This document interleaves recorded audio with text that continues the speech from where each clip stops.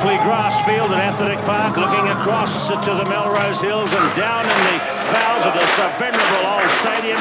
We see the South African team coming out and coming along the corridor to shortly come out in front of nearly 40,000 fans packed into Athletic Park. Last couple out, Percy Montgomery, Andrew Snyman, and then the staff. There are a few South African supporters here as Gary Teichmann leads his team out.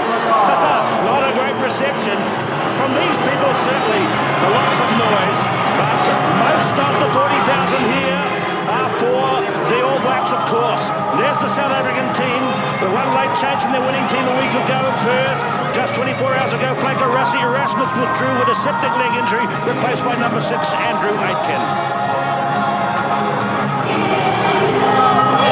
Referee Ed Morrison to the left, fellow Englishman Brian Capsule to the right, and the international rugby ball referee stripped. There's Andre Snyman, his 23rd Test match today, made his debut in the series, the first Tri-Nation series of 1996, and he's never had a win over the All Blacks.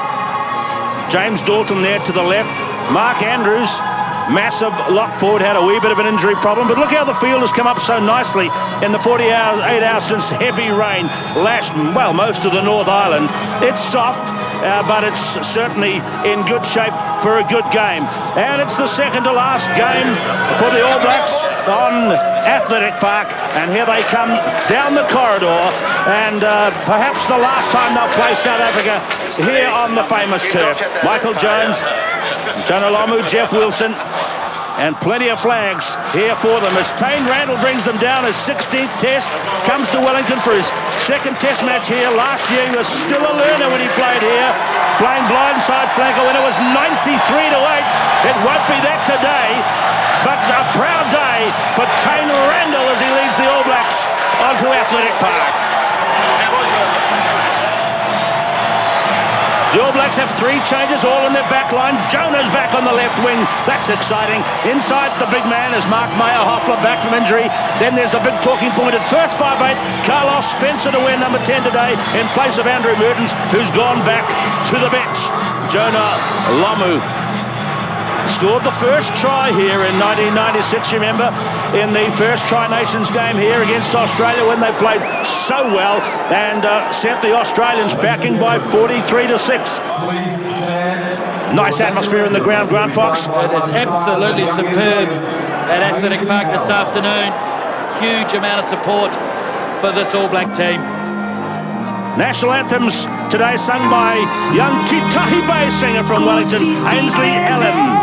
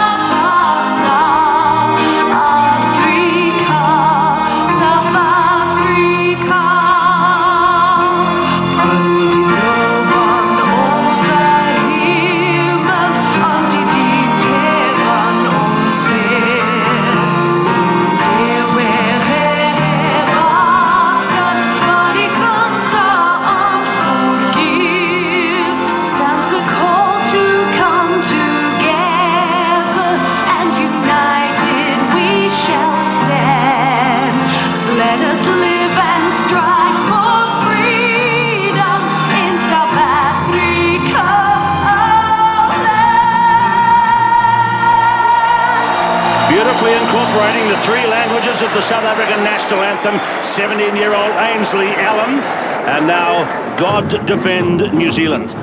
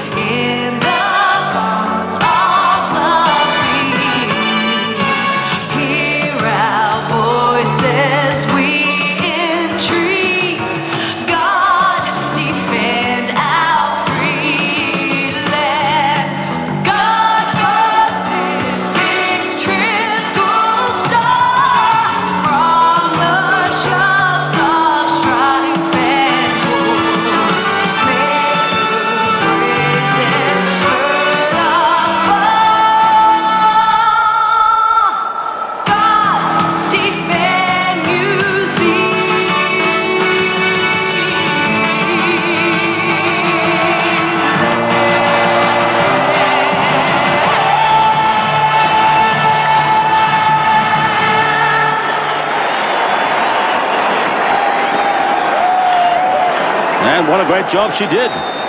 Ainsley Allen. All Blacks forming up in the sunshine. They'll face the sun in the first half. Now, the haka.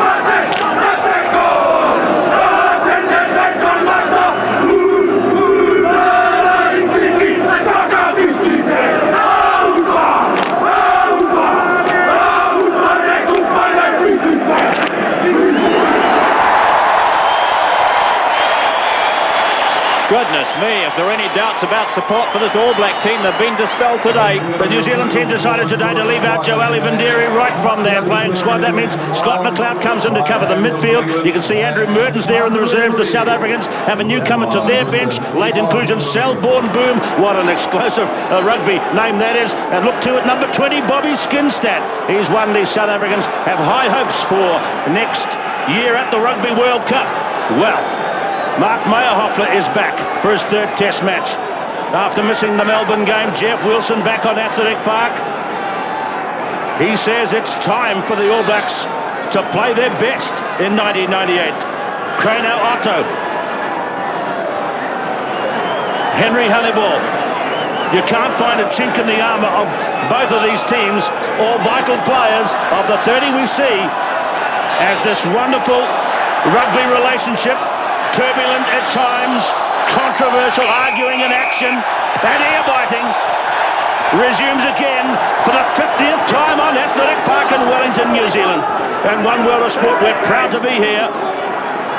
The All Blacks against the Springboks. So much of the outcome to be decided in the traditional way between the battles between the two packs. And the New Zealand captain, young Tane Randall, is back to Christian Cullen for a very good kick back into the slight wind. Christian Cullen of Wellington as a call-in, former All Black Grant Fox. Well, interesting tactics from the start from Henry Honeyball, picking down behind Jonah Lomu. Randall covering it up. Cullen taking the safety option. Did John Hart say good start just then, John McBeth? Yes, I think so. I think so.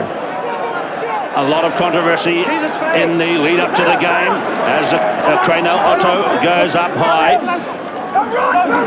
Just a whisper of a Wellington win today. This is the city that has the nickname, of course, associated with the breeze. Lomu waits and fumbles it under the high ball, but there was a call from referee Mark Andrews offside. He was ahead of Jos van der Westhuizen on the kick. Option of kick, a penalty or a scrum back. Oh, well, good aggressive stuff from New Zealand, Grant. They've taken the scrum. Just watch Andrews. You can see him, well, just out of picture, but he is offside, putting pressure on Lomu. So we check the scrum situation here. You see the weight situation favours South Africa. Carlos Spencer at first by bait, in for Andrew Mertens, and the politics of front row play begins. Absolutely, the All Blacks are trying to get up on Olo Brown's side so as they can promote Tane Randall if he chooses to pick the ball out of the boot. Craig Dowd, Anton Oliver, Olo Brown, Obi Kempson, James Dalton, Adrian Garvey. New Zealand have the loose head hook, and there's a tussle between Oliver and James Dalton. A short pass by Justin Marshall to Michael Jones. Carlos Spencer into Lomu, an underhand, a trick pass which Lomu stretched out a big right hand and hauled in. And a little push now. That's a Mertens push by Spencer. And another penalty from England's referee, Ed Morrison. Well, you can see the phases of play the All Blacks are trying to develop. We look at Nick Mallett. Short ball to Walter Little across the advantage line. Then hitting one off the ruck to keep the momentum and switching back to the blind side. Little took it absolutely flat, didn't he? And moving at pace. John, you've got the official conditions down there, John McBeth. Well, yes, here they are. It's there's a little southerly. You can see by the flags, not much at all. About 15 degrees. It might be even warmer, about 16 perhaps. The ground, it's been hammered during the week, hasn't it? But it's quite firm out there. I don't think it's going to trouble them. There's the view for Spencer. He hasn't done a lot of goal kicking this year, but he has kicked well for the All Blacks in Test matches. He does have the advantage of a very, very slight breeze. And we remember he got 33 points here last year in his Test debut.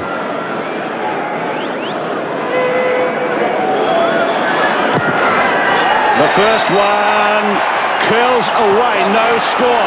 4 minutes gone. Haven't seen the smile yet. Remember, he got 1 out of 3 in Melbourne, and we didn't see the famous Spencer smile, so we haven't seen it yet. Let's hope he doesn't lose his enjoyment of this wonderful occasion for him, the biggest of his life, surely. Well, he struck it well. I actually thought he had got it. He just dragged it left. Henry Honeyball kicks to Walter Little. Robin Brooke is number 5. Justin Marshall to the right is number 9. Oliver is number 2. Kronfeld is 7. Randall is number 8. And Olo Brown, Big Olo, is number 3 going backwards. New Zealand in possession. There's the kick out by Mark Meyerhofer. A bouncing ball in midfield to Joost van der Westhuizen, South Africa's half-back, and he's bounced it to touch nicely. Merton's on the bench this afternoon.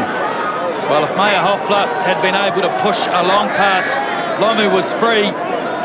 There's the cutout pass. They come up very quickly in the midfield, do the South Africans. Pressure on the kick from Meyerhofer. Good work already from the tight forwards, Grant, from the All Blacks. Yeah, they are getting there in numbers too. Throw from Oliver's gone to Ian Jones.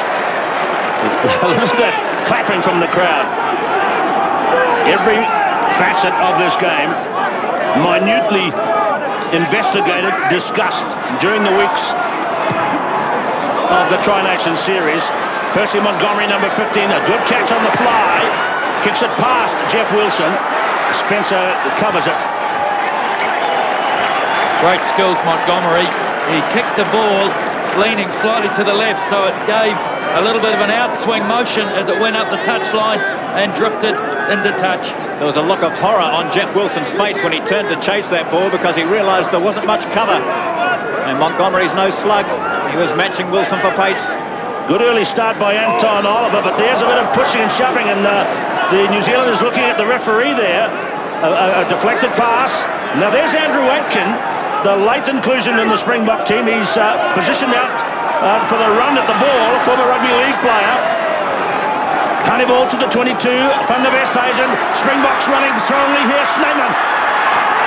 Van der Westhuizen, 12 metres out. A slip there by Teichmann, kicked away by Spencer. Fenter is back at halfway. Ian Jones the tackler. Peter Muller at halfway. Good pressure. Snyman goes down under a big black blanket. That's good urgency and pressure from the All Blacks. On the loose ball, Spencer towed it ahead.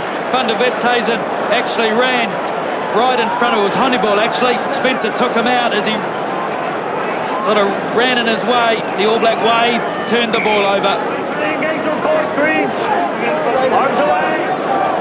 Adrian Garvey on the near side against Craig Dowd. That's Garvey there on the left, the former Zimbabwe international.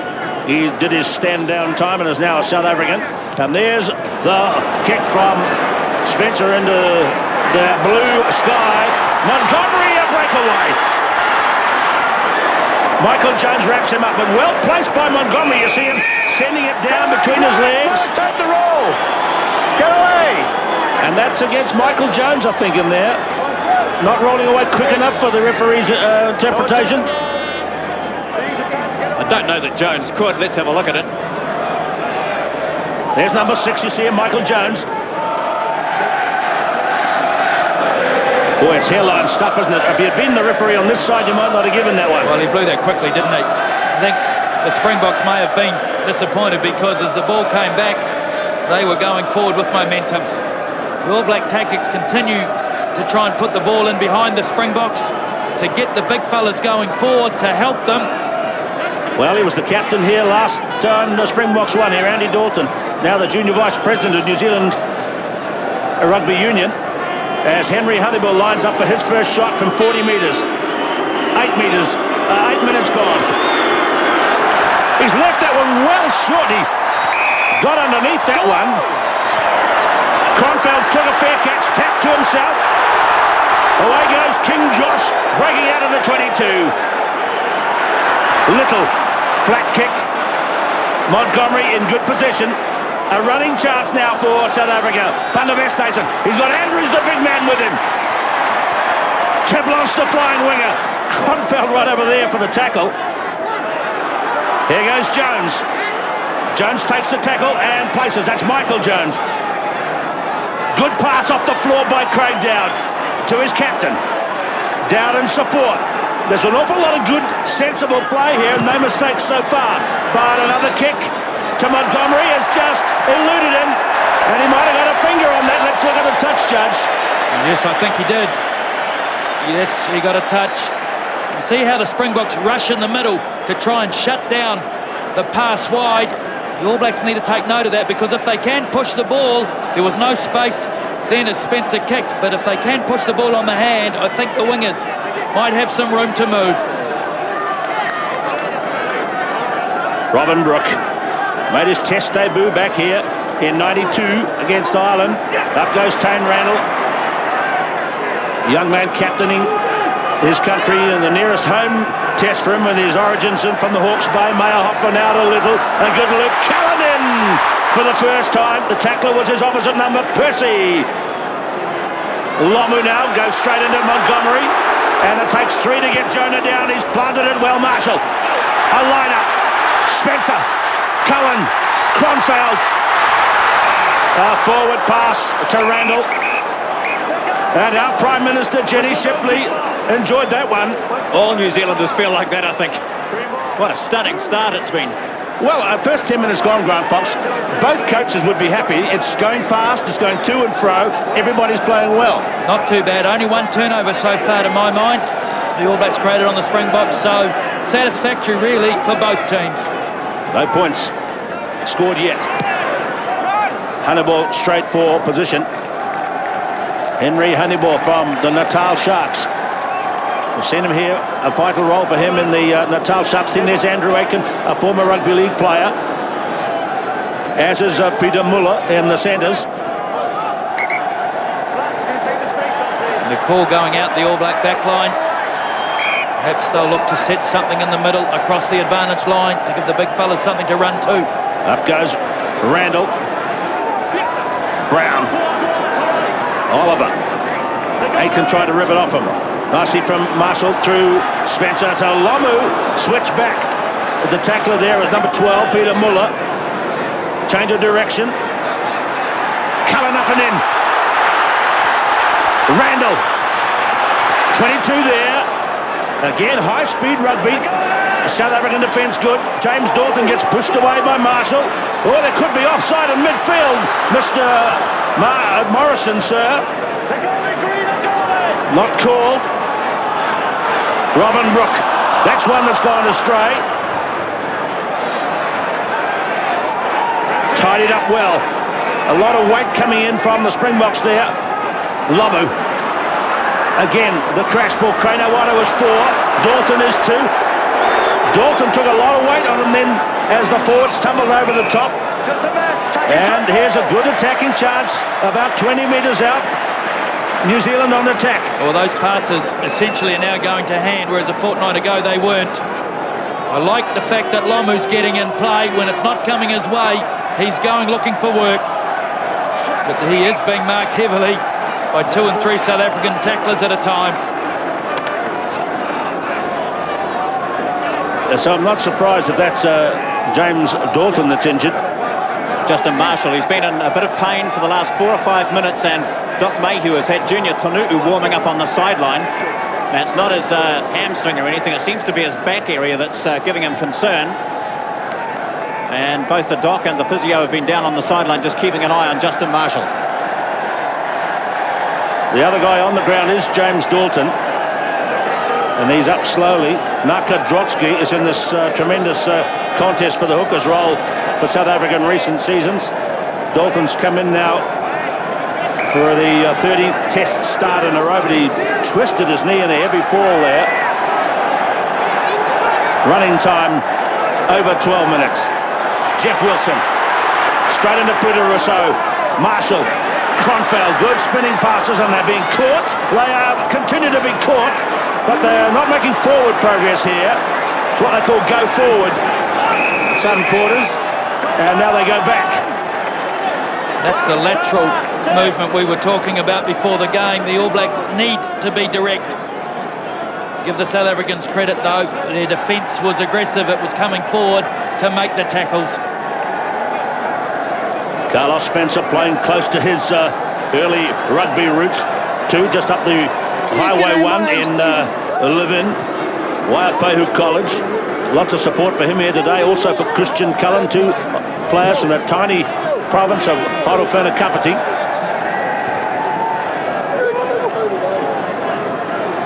So number 3 at the back, there's Peter Muller in the centre. He's marking Walter Little. Short line out by the Springboks, 5 in, and 2 loose forwards in the back line.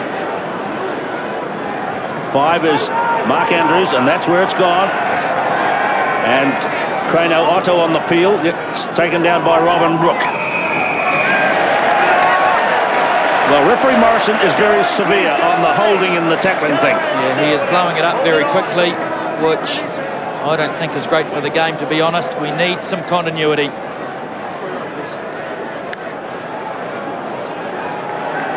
So here's Andre Snyman, who's the injured player on the sideline. Chester Williams is on to the left wing in the meantime.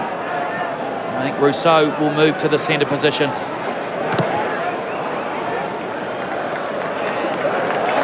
No score, 14 minutes gone.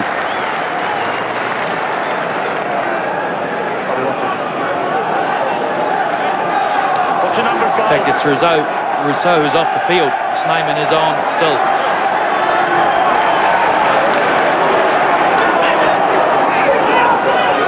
On the 22, South Africa, New Zealand. A great rugby rivalry. It's come to the All Blacks this time. Well, they've lost one forward. Picked up by Snyman. He's in the clear. 80 metres to run. Tremendous chase by Cullen. Good pass by Treblanche. It's not over yet. Lomu picks it up. 3 to get Jonah. 12 metres out. Wonderful chase by Christian Cullen there. And there's the clearance from Marshall. I wondered when Ed Morrison was going to pick up the knock-on. He's done it. Breaking down in the midfield for the All Blacks. Dropping the pass and punished territory-wise. I think the man of the match award for the first 15 minutes goes to Christian Cullen for that tackle. Was a tremendous run. Van der Westhuizen has burgled it from under the number 8 and number 9. There's the goal line top right. He's a dangerous man, as that used. Treblanche, Hannibal.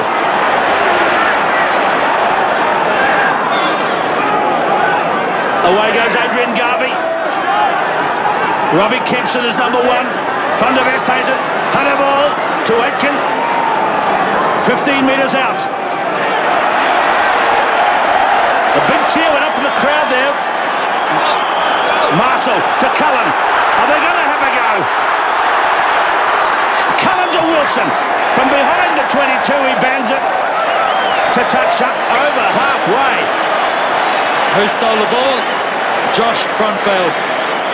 He ripped it away. The All Blacks were able to relieve pressure. That was what the cheer was about. Absolutely. Down on that corner they could see it. You could see Grant.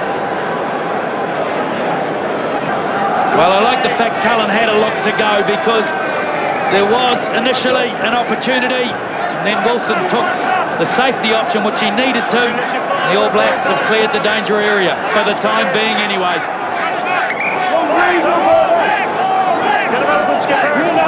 Well, Mark Andrews was pointing out the fact that he thought that Wilson was outside the 22. I think it was more in the hope that he wouldn't have to walk 30 metres downfield, because it's been very fast. It's tough on there for the forwards. And there's going to be some tired guys by the end of this half. Van der Westhuizen. Aitken, wrapped up by Kronfeld. Now that's Chester Williams chasing down there. And isn't it great to see Chester Williams back in the field so long, a symbol of the new emerging South Africa when he came into the team in 1994 and in the World Cup in 95.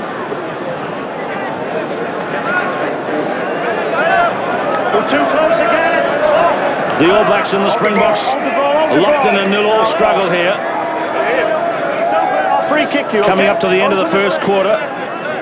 Very tough, very even, and exciting contest so far.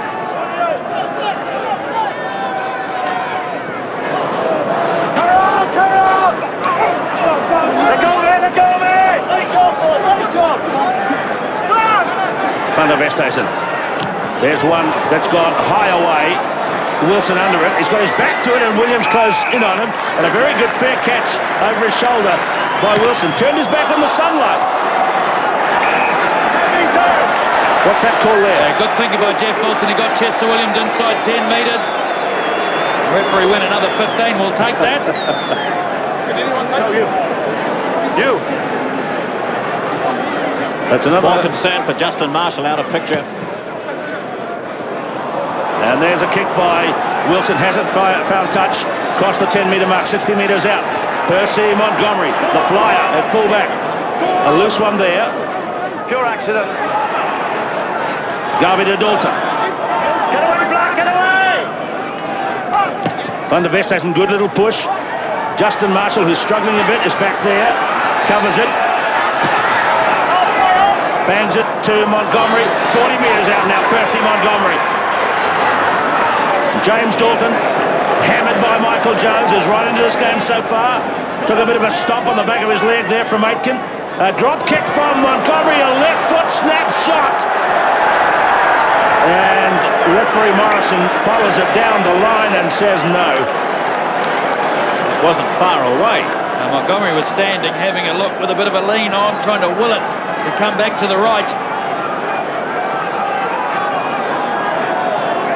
Well, the All Blacks have split their forwards at the dropout. Spencer's got options to the left with Brook. Officer Tanuku has been given the word to keep warming up.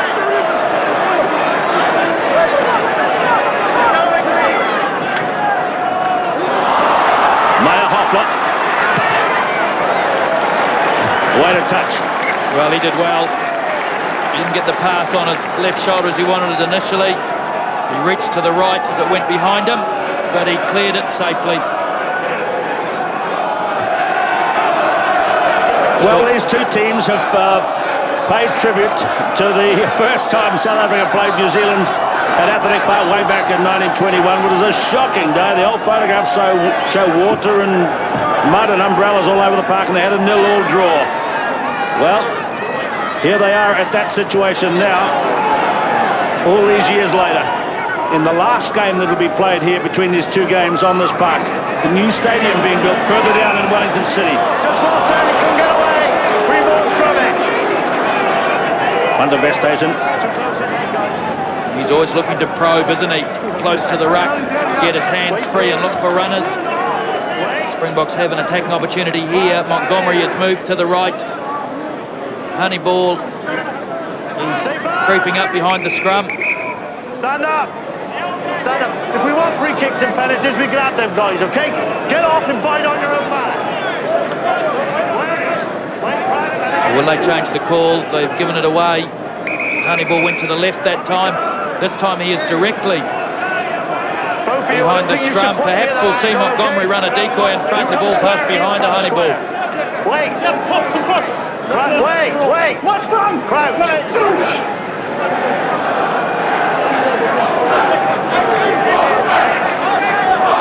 Teichmann breaks to the right. Honeyball from Van der Westhuizen, lost to New Zealand. Walter, Little, Meyerhofer, Wilson, Rousseau back on. Good tackling in midfield. Meyerhofer caught by Muller. And the crowd saw it almost before referee Morrison. Bit of back chat by the South Africans. Mark Andrews, perhaps. New Zealand, should they tap and go here? Oh, there was space to the left. None of the backs were available, unfortunately, just some of the tight forwards. Wilson had signalled to Meyerhofer that he wanted the chip ahead, but Meyerhofer wasn't on his favoured left foot. Captain does the talking, said Ed Morrison. So somebody else was giving him some advice. There's Nick Mallett. Came in to the Springbok coaching scene last year with the defection of Carol Duplessis, or the change there. And my word, he's done well with them. The All Blacks drop one out this time as Kronfeld goes to the first 5/8 position. Walter Little to Kronfeld, a little underhand flip pass up again. There it is, away to the right. Marshall has the look.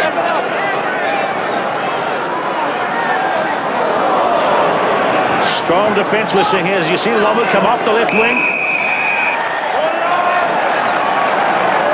12, you're holding on. Just getting caught behind the advantage line there. The forwards were on the deck from the previous ruck, so hard to get numbers there. Old a little penalised for holding on too long.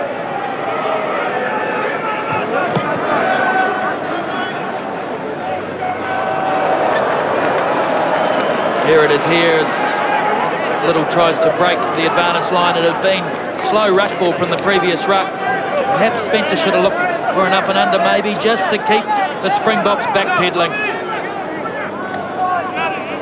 Still a lot of discussion about Justin Marshall. The medical team from the All Blacks are just keeping an eye on him at the moment. And a ball to his captain. 45 metres out. It's come on the New Zealand side. Michael Jones clears it. Little. Meyerhofer. A loose one. And somebody pulled back in there. Obstruction. Obstruction Air Blacks. So back goes Mark Meyerhofer. Well, there's Officer Tunu. He's been warming up since about 2 minutes into the game because there have been concerns about Justin Marshall. Marshall is getting more treatment by David Abercrombie and John Mayhew, the medical combination. So there he is now. What's that there? An injection going in, is it? Well, Trying to disguise it. In his ribs, he could have popped the rib cartilage or have some damage, and an injection certainly would. Painkilling injection would obviously dampen down the pain. Marshall may be able to continue. Well, we'll just see what happens. Marshall stays on. Back he jogs. That's the corner he scored against the Aussies in '96. Percy Montgomery. He's had the jab all right. You can see that. So there it goes from Montgomery, and the points, the first points of the game are on the board with a penalty goal. South Africa lead by 3-0.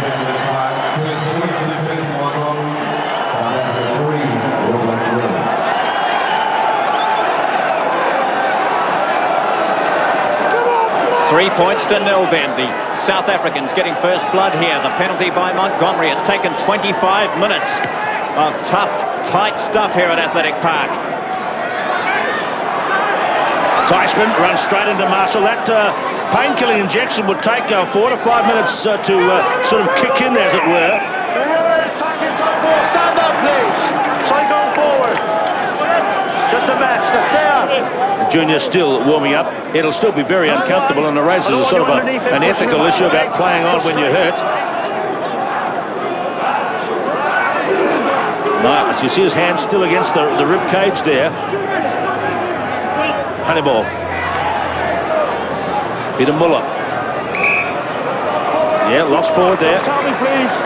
See how close the Springboks play to the advantage line, though. Honeyball was very flat. Turnover and the transfer. James Dalton with the headband there. A bit of two stories about his hairdo. They said he cut in his face in training. Some of the writers said he cut his head in a collision with a bus. Good pass by Jonah Lomu. They're trying to find that space, aren't they? And here's Wilson against Russo. Good hanging on by Russo. Look at Dalton go in on that side. He goes the direct route. The referee has spied it. The penalties against James Dalton. So was it a rugby training injury, or did he collide with the door of a bus? In which case we asked the question, what happened to the bus? Oh, very good. Lomu here looking for the space. It wasn't a bad option, really. May offered it well to stay on his feet. The All Blacks try to develop play down the right. Big Jonah, his 23rd Test match today.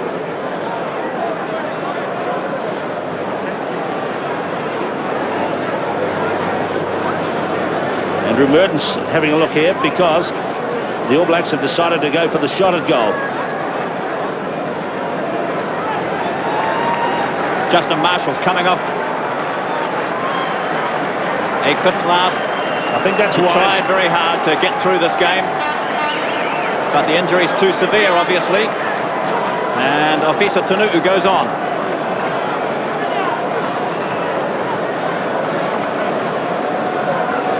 This is a long kick for Spencer. Look at Tonu'u, number 18. They're getting some instructions passed on. Remember, he's got the slight southerly behind him, Grant, and it's even died down a bit, hasn't it? Yeah, this is about 45 metres, though, allowing for the angle, so it's quite a long kick. See the flags up the top there, they're just assisting him. But it's short. 3-0 it stays. Squinting into the sun. South Africa runs it. Stefan Trebloch. Peter Muller. Caught by Dalton. By Oliver. Tanu'u in the action immediately. And it's the same penalty. And Dalton being called out by Morrison. This could be for persistent infringing.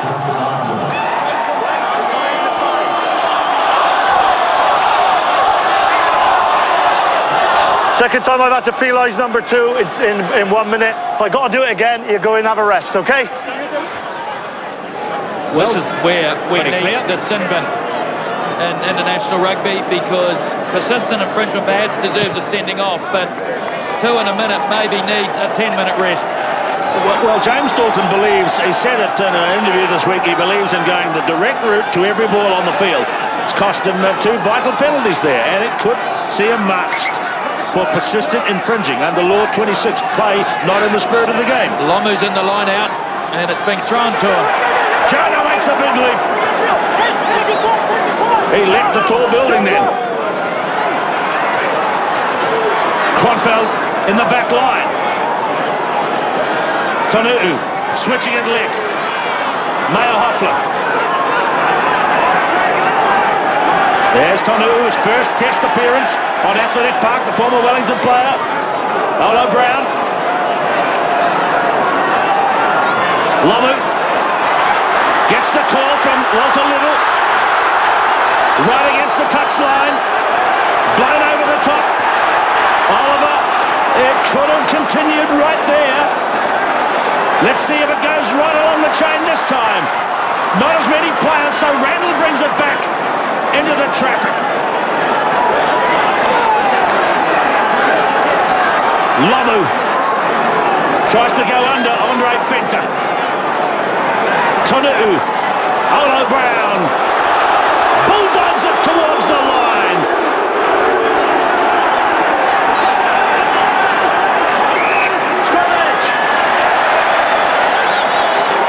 Well, some patience shown by the All Blacks there, keeping the ball, which is vital. Now they've opened up options either side with a scrum about 8 metres out.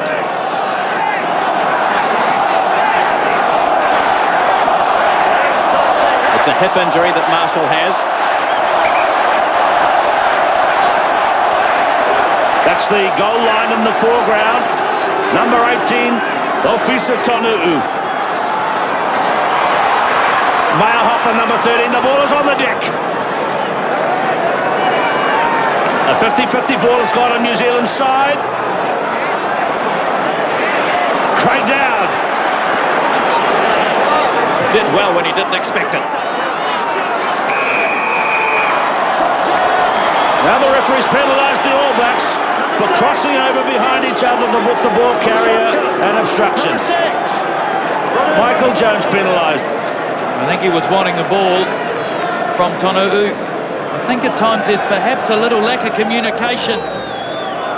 Tonu'u not picking up the calls as to who he should be hitting. So louder voices needed and someone to take control. Jeff Wilson has deflected that ball infield. Spencer to Cullen on halfway. Well, if anyone's going to break the game over, it'll be Cullen or Lamu. Tonu'u. A loose one. Kicked away by Muller. Ian Jones goes back. Gets onto his feet. Lets it go real quick. Marshall to Kronfeld.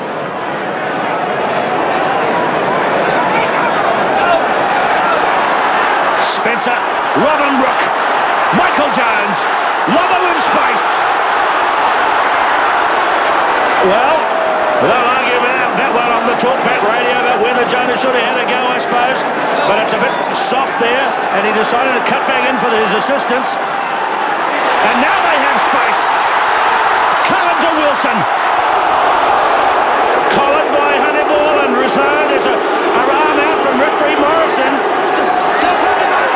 Clear to the midfield. Oliver. Robin Brook.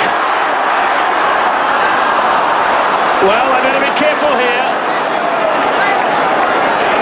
The referee is going to go way back, way back for the head high on Jeff Wilson. Who is still down on the far side of the field. Rousseau goes and taps him, but it's a bit late for that. Someone else being called out. Peter Rousseau. Forward replay. Yep, that's right under the chin. That is dangerous. It hit him on the side of the head, on the chin. The lip-reading people would sort that one out from John Hart. There's Nick Mallett, the two coaches. Peter Rousseau got a burst from referee Morrison.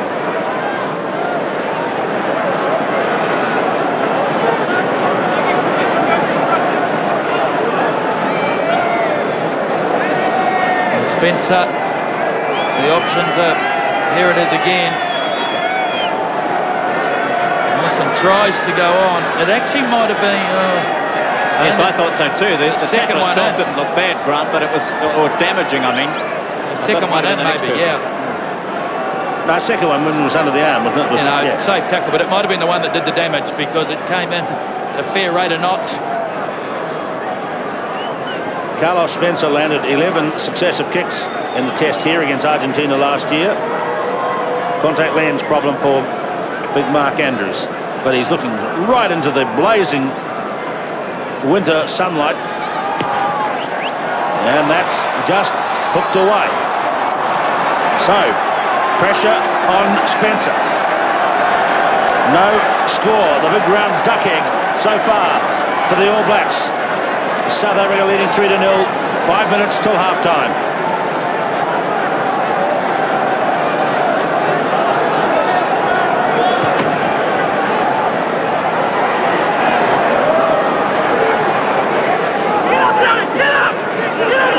Have a look at those long shadows. They may be a factor in the second half of this game. Grant, I love this town, but we don't often see those long sunny shadows in winter football here. No, it certainly will creep across the field as we get later into this match. The All Blacks, I think, a bit fortunate to retain the ball there. I thought there was a bit of a maul going on that collapsed. The opportunity here to the right. Territory certainly favouring New Zealand quite heavily, but the scoreboard is not. Randall through. Oh, there's the goal line. Tonu'u, crane down. Two hard-working props helping the captain. Tonu'u, Mail Hoppler, Randall over the top. Jeff Wilson into Rousseau. South African defence holds. That was a wonderful break by Tane Randall. Well, if that pass had gone to hand on the right, Wilson would have scored. Here we see it. Forward replay. Randall just dumbing and going as the Lucy's went wide to defend Tonu'u. Kronfeld did get there fairly quickly as Randall looked to lay off a pass.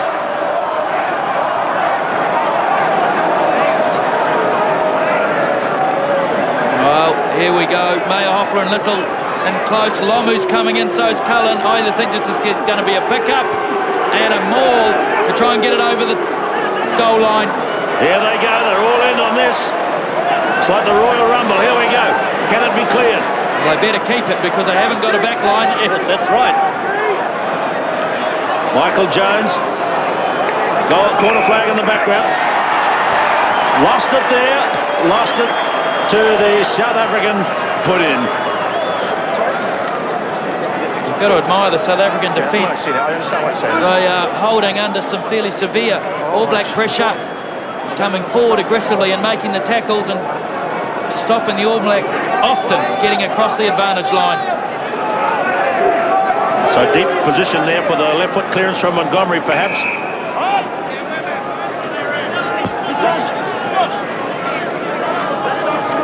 Okay, square, straight on. Senior boots, guys. Wait, crouch.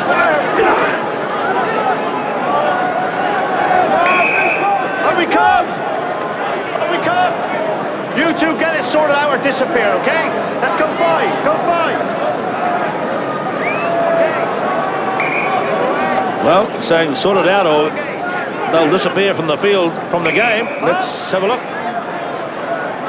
Stop trying to win them, boys. Stop trying to win them, please. It's an individual battle, really, going on this side between Dowd and Garvey. Kempson, better. Kempson and Brown on the other side. Stay very feet, Brown. That ball's come out. The kick from Eust, it's up and under. Look at this, coming down out of the sky. And Jeff Wilson claims a try. And we need a replay, I feel. It was very close. Ed Morrison was in no doubt, though. So have a look at this. Does Wilson get their forward replay? Oh, that's a try in my book. I tell you what, it touched the line in my book too. You only have to touch the line. Let's see what happens here. Right on half-time, New Zealand would like something in the back before the break. Tonu'u. An intercept out. And a penalty for New Zealand. The referee's going to go back to the 5-metre mark. The All Blacks have been inside South Africa's half for so long, they must score points. Well, a decision here by Tane Randall to go for the penalty. A tough call, and he's made the leadership call to go for the penalty shot at goal as half-time ticks over. Well, that must have been a hand on the ground from perhaps Teichmann, who was in making one of the tackles. There's a little conference here, just we watch it again. Look at it, it only has to touch the line. Look at that. Well, maybe the ball was on the line. The ball's on the line, where is the hand on the ball? The ball on the line is out. The ball on the line is out, so we perhaps need... Okay. We'll do this in post-match, I'm sure, to analyse it. Okay. 10 times. From different angles, as Spencer has an opportunity to bring the All Blacks level.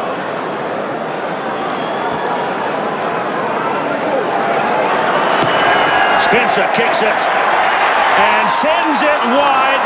That's nothing for New Zealand's goal kicker in the first half, Carlos Spencer.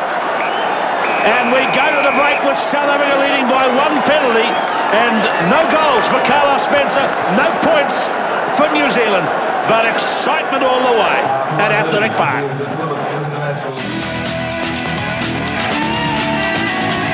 At Athletic Park, we're now at half-time in what has been a tense and exciting game, but only 3 points in it. The South Africans leading by 3 points to 0. Now, a reminder of our question today for that fabulous prize. How many test matches, including today's, have the All Blacks played against the Box? Is it 25, 75 or 50? Those are the options. The phone number is 0900 67742. All right, let's have a look at some of the statistics, because this really has been a tense first half. 3-0 the score, no tries in it. Now, the possession and the territory does favour New Zealand quite considerably. 62 to 38 and 68 to 32. Turnovers quite even, 8 to the Springboks and 6 to New Zealand. Right, those are the statistics. Now let's check on what a couple of the experts have to say. Let's go now to Bernadine Oliver Kirby. She's got Wayne Graham with her. I have, John. Well, that's just an amazingly close game there, Wayne. And, 3-0, those stats just prove opportunities missed by both teams. Well, there has been. I've found it fascinating the first half, and the All Blacks have worked their way into a good position now. They've got the pressure on the South Africans, and I think physically the South Africans are starting to tire, but we've missed our chances. We've missed 3 kicks at goal, and in the end result, that may be crucial. Frenetic pace. Are we going to see it in the second half, do you think? Well, I think it'll loosen up a lot more. We saw towards the end of the first half, we saw the South Africans starting to struggle with the pace of the game, and finally there was some defence lapses by them, but I don't know, very interesting and still could go either way. Something's got to give. Something's got to give sooner or later. Very, very physical battle. Well, John, I'll be impressed if that pace keeps up in the second half. Yes, indeed. I think we all will be. It's a very tiring first 40 minutes to go. You talked about giving. There is a chance for you to give too to the Papua New Guinea Red Cross appeal. The phone number is 0900 33100. Now, when you phone that, automatically $20 will be added to your bill. A very worthy cause for those people who are suffering after the intense destruction in Papua New Guinea. Okay, we're at Athletic Park. The teams are at the break. There's a few injured players there. I think some players suffering. We'll see if there's any changes when they come back out onto the field for the second half at Athletic Park. Back at Athletic Park for the second half of this Tri-Nations match between the All Blacks and the Springboks. Just 3 points in the first half. South Africa leading New Zealand by 3 points to 0. Back now with Keith Quinn. Ian Jones and the All Blacks lining up. Gary Teichmann's Springboks are in the lead by 3-0. We can tell you that there's no change in the New Zealand team. They're all still intact, but Andrew Mertens, we think, might come into the game quite soon in the second half. We'll wait and see. In the South African team, looks like Franco Smith is on, number 17. For Andre Snyman. Andre Snyman is off. Franco Smith on, number 17. Here's Andre Venter, hard-working flanker. Well, Grant Fox, tough first half. Has it ever been any different? Not between these two teams. I really felt the All Blacks created more opportunities. More kicks at goal, certainly, but had more pressure on the South African line. They just weren't able to get across it.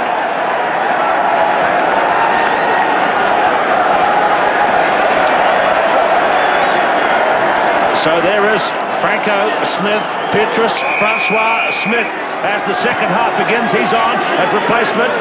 As the second half begins, Ofisa Tonu, who gets it away to John Olomu for the crash ball. No tries in the game as yet. Tonu, who's on for Marshall. Out to Mayahopper for the trusty left boot. Spinning it across field and to touch. So, Grant, what can New Zealand do to turn it around? They haven't been able to break through and score yet in this match. Well, if they could just get a little bit of quicker ruck ball when the All Black defensive line is trying to reorganise, I feel they could penetrate them. At times in the first half, it was still just a little bit slow and allowed that defensive line to get itself fixed up again, if you like, and therefore snuff out the resulting All Black attack. James Dalton, number 25, you see in the Springbok lineup in the second half as Mark Andrews with a change of jersey. Oh, there's a big Michael Jones migraine hit on the Peter Muller coming back. Goodness me. How about that? Look at this. Oh, that's not bad at all. The Iceman special. They cheered him when he stood up again. What a cheer went up. He's had a lot of comments about him too, whether he should be in the game. John Hart says he's picked him for his defensive work and his experience in the team. That's some kind of defence. Wayne Smith's written that one down in his notebook. I don't think you'd need to write it down. You've memorised that, OK. Randall, number 3, Olo Brown, 22-metre line.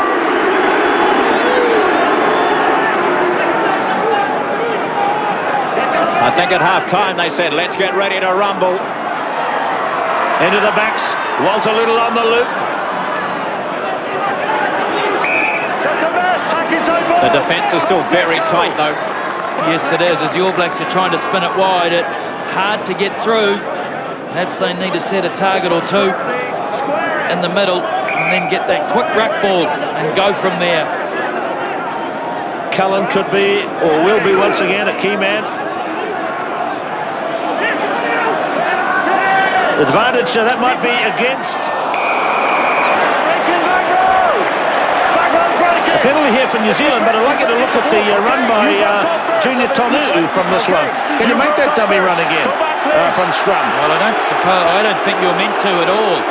And that's what Teichmann's arguing, and he might well be right. I don't know whether Spencer wants the ball, does he? No, he'll take it.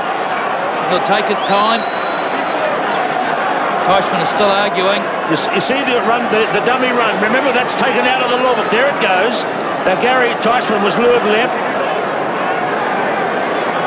If the timing's right, Tonu can run, but Randall has to pick the ball up at the same time. Yes, we saw it from the Springboks in the first half. They did exactly the same. No goals, 4 attempts. Carlos Spencer. Tony Auckland in the back line. Remember that great performance in Johannesburg last year against the Springboks, kicking in the shadows of the huge Millard stand down to the sunlight.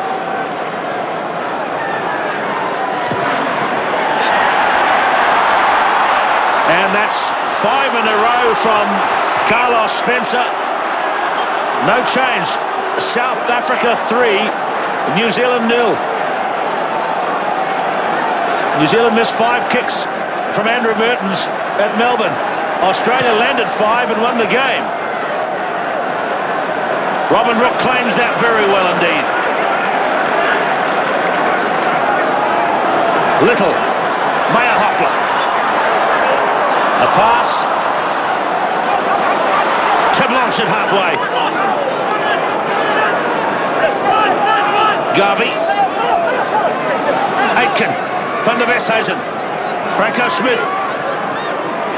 Teichmann trying to put Fenter into the run. Chance for New Zealand here.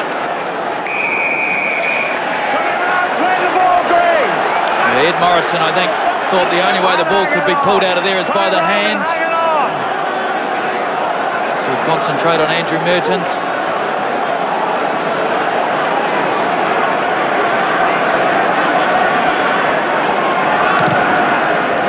We are now getting to a critical time of the game with this decision about Mertens and Spencer, Grant Fox. Well, I just saw Walter Little get up gingerly from that play on the far side of the field, so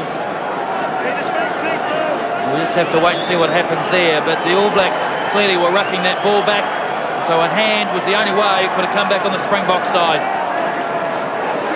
Just seen the Doc have a word to Andrew Mertens, who's warming up. Big tackle by Honeyball on Maya Hoffler, 30 metres out, going left. Little. Lamu. Touch judge, Derek Bevan had his flag up. Good run by Jonah. Yeah, that's it. The in and the out, the pace on. That's how we like to see Lamu. Give him the ball early. Still had 3 of them in front of him, and he nearly got round them all. Yeah, there it is. You can see foot on the line. Well, the All Blacks have got to score tries. 5 penalties missed in this game today. 3 points to 0, they trail. Still tons of time. Crano Otto.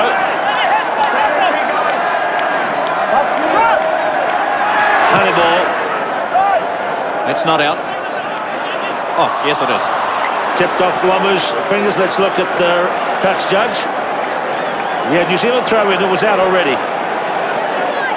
Not if Jonah was standing in the field of play, but we'll take the throw in anyway. Oliver throws to Ian Jones. Jonah bashes straight at Franco Smith. They were testing the new man, but his defence was secure. Deep push, goes past Montgomery. Good on the left foot. There he is, Percy Montgomery. They've got a big TV promotion in Australia, South Africa. They call it the Full Monty. Takes his clothes off. Short line out by the All Blacks. 3 in. Jones at half-back. Back 4 in. Pistona, who goes to the front. Worked well. Young Oliver's away. His father captained the All Blacks here in the test against Australia 20 years ago. Lost by Meyer Hoffler on halfway. They're handing it over to South Africa here. Come away! That pass from Spencer was too low. Isi Tolamaka warms up. Now, what's happened? There's a big roar gone up. Yeah, on the halfway line there, John. Looks like I can see the number 10 replacement board out. And 17 is up, so Mertens is standing there ready. Now, what will they do, though? Grant, what do you think? Will they sub Spencer, or will they go further out? It's 10, I'm sorry. Yes, 10 for 17. Away! Spencer's not looking. Randall hasn't seen it either. Now he has. Bad luck for Carlos Spencer today. Not his afternoon for goal kicking, but a lot of pressure now on Andrew Mertens from Canterbury. Montgomery. He's a dangerous runner. Van der Westhuizen. Oh, a monster hit.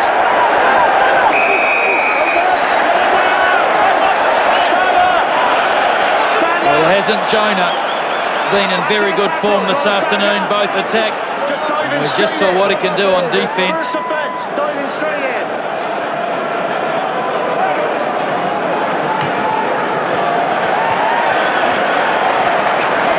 Wow. This one really rewinds his clock, doesn't it? Jonah Lomu. I think it rewound his opponent's insides. Randall has done good work at line-out time. Oliver. Fanu'u, Jones, Randall again. Here they go again. Kronfeld. That's good, Green, that's good. Mertens. Meyer Hoffler, the Canterbury thing working well there. Combinations established at representative and Just got knocked Crusader level. Lost in the tackle, Greenwald. But lost in the tackle. The All Blacks now, I think, have decided to work in close, take it out, push it back in, because the defensive line is hard to break wide. Forward replay. See this move often between Mertens and Meyer Hoffler, the 1 and 2 cut. Yes, the first 5 and second 5/8 in those Canterbury colours. Away goes Montgomery's kick.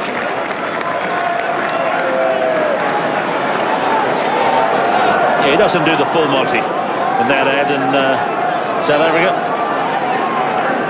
There's his opposite number, Christian Cullen. The velvet green of Athletic Park. Beautiful winter's afternoon. Honeyball. Muller. Walter Little's got it.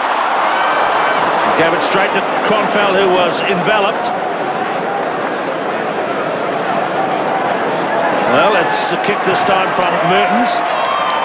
And Blanche, who's had very little to do in the game, just marks it over the touch line. Whoa, here's a sight. The walls are shaking with this man jumping up and down. 125 kgs, Ollie LaRue, going to come into the game. That's an old grandstand over there. You might shake the rafters. A bit more rust will drop off. Now that's on the Millard stand side, John. Yeah, but I mean, it would be felt over that side. See the new temporary stands there in the background of the southern end of Athletic Park. They really packed them in here. Close on 40,000. Advantage to New Zealand. One lost forward. Kronfeld, Little, Meyer Hoffler. Can they clear this one? Going left from Mertens, Tonu'u, Oliver. Gee, referee is playing a very tight line on the offsides. Mertens, chipping wide for Jeff Wilson. Jeff Wilson and Russo. And now Montgomery gets it. Deep kick. Mertz has got it covered. But he's got to elude Montgomery coming at him. So he does that, or does he? Whoa, that was a hairline decision by Andrew Mertens.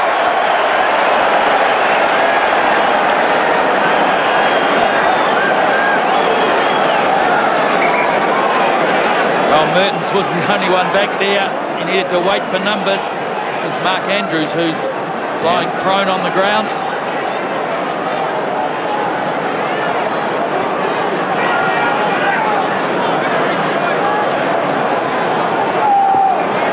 Equaling today the South African record of 47 tests, Andrew Mertens. But here's the man warming up, and this young man coming onto the field is one of the big hopes of Springbok rugby for the future, Bobby Skinstad. And look out for this guy. Look how athletic he is. Very fast runner as we watch the forward replay. This is good communication and understanding between Rousseau and Montgomery. Montgomery just will get it down there. He's got good speed and will get the pressure back on the All Blacks. Double change, Ollie LaRue's on as well. So Bobby Skinstad will go to the flank and Andre Fenton will go into lock. So look out for this guy, Skinstad. He's a real crash ball man in midfield and a real flyer. It's his first ever appearance in New Zealand. He hasn't played any Super 12 for the Western Stormers, and he wasn't here last year, too young for that. He got hammered on his first touch though and lost it forward. So welcome to the real world, Skinstad, number 20. That was a fabulous tackle by Kronfeld then. He only just clutched the player, spun him so viciously that he dropped the ball.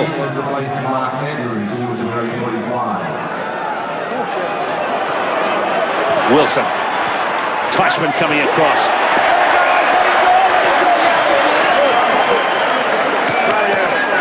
Wilson hit low, I think, rode up. Looking for the chip and chase, just not quite far enough. Good lines from Teichmann. He just hit on the shoulder, you see, and rode up. It's a Tolamaka.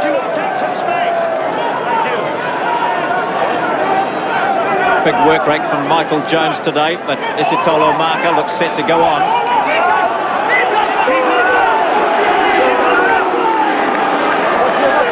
Wilson's gone way out on the far wing to join Lomu, and Collins there as well. They just need to retain that ball.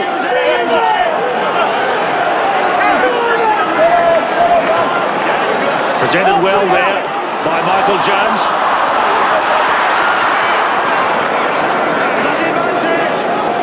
Here come the Springboks, Honeyball. Big jump by Cullen, and the first one was knocked on by South Africa. Well, we've dropped a few passes, the All Blacks have, in the midfield. They've just coughed it up a few times. And that's allowed South Africa to keep pressure on the midfield. What a match this is. No tries. Scott McLeod's warming up on the sideline as well, so we may see that change. There he goes. Meyerhofer just a couple of times, Grant. The hands letting him down slightly with the catch and pass in one motion. Well, I'm wondering if the change will be Meyerhofer into second and McLeod to centre and Little off. Possibly. Lots of options. Mertens drives it towards Stefan Treblanche. Remember, this guy got those 4 tries for the Natal Sharks at Palmerston North. Montgomery is caught this time. Now that's got to be a penalty. Oh, that's on the New Zealand side. Anton Oliver, who's had a good game. A deep push by Mertens. Cullen's in the chase. Van der Westhuizen down and up brilliantly. Joost van der Westhuizen. And now they hold on us down again. Over goes Fenton, number 7. To Blanche. Rather panicked kick. And now lost forward by Craig Dowd. Ollie LaRue, the advantage is over. And the big Natalian races upfield. Cranauatu, James Dalton as they charge over halfway. Spinning it now, and overlap for the Springboks perhaps. Russo. Garvey hit, slammed by Cullen. Atkins in there, number 6. Russo. And it's a penalty for South Africa. There's offside play right across. Slowly, guys. Says referee Morrison. Well, South Africa can thank Just van der Westhuizen. He saved him. He is strong enough to stay on his feet. And this is the charge up the left-hand touchline. LaRue strong. Some good interplay here with the forwards. South Africa then moved the ball to the right. Christian Cullen stopped Garvey dead in his tracks, just as Garvey was looking to offload. Here he is here. Oh, that's commitment for you. Cullen straight in.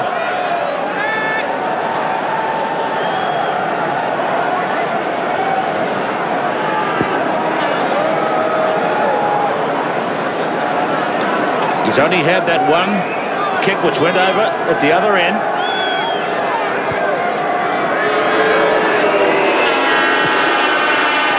And it's not a day for goal kicking in Wellington this afternoon. A reflective look from Nick Mallett. No change, 3-0.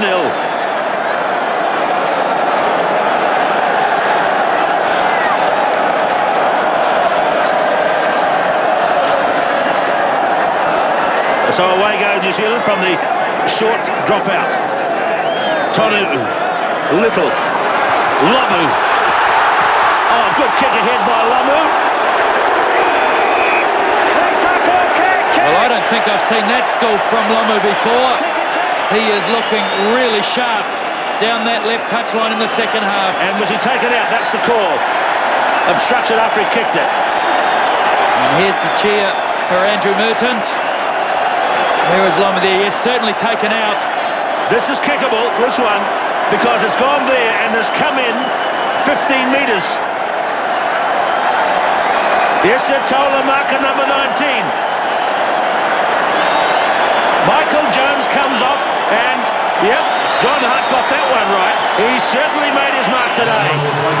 The Iceman.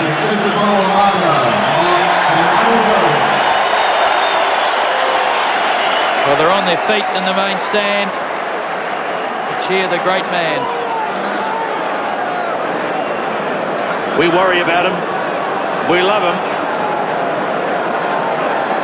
Replay of the run by Jonah Lomu, but the little kick ahead, it was parallel to the touchline, and then he was taken out for the penalty, so it comes 15 metres in.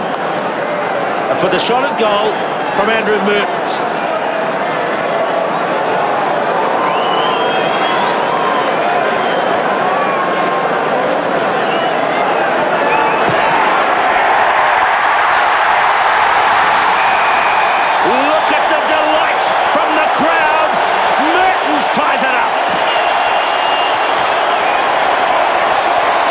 Who would have believed 20 minutes into the second half we've seen a great game of rugby and it's only 3-3. Well, the first points for New Zealand 19 minutes into the second half. We're checking the record books. When did that last happen? It took so long to score. Now, Michael Jones went off. John Hart made a point of coming down from his seat in the grandstand to tap him on the shoulder and shake his hand. Well, that would be a bit of a show there for the photographers, camera crews, and for the public. Fair enough. You see Tane Randall on the side of this scrum with the mucker in the back. Hold it still. Branko Smith and Peter Muller, and in the back Stefan Teblanche. Ollie LaRue there, number 21 on the right.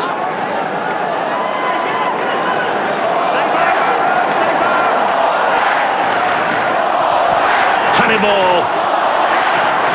Rousseau beautiful hole has been found by South Africa, but Kronfeld crunches Montgomery and he loses it forward. Striker medal for another tackle by Josh Kronfeld. Well, it was a superb bit of back play from the Springboks, a well-worked move. The dummy cut to hole, the pass behind, Rousseau in from the blind side, the extra man, Montgomery changing the angle, Kronfeld there making the tackle.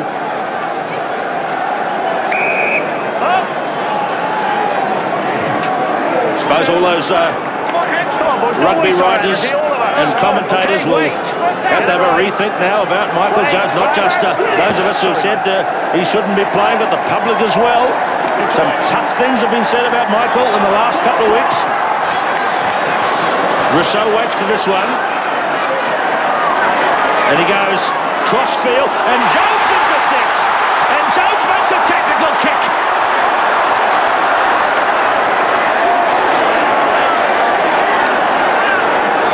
Look at this.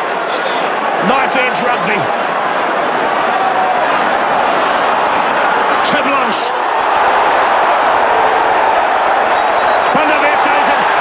Jonah Lomu is playing out of his skull here on Athletic Park.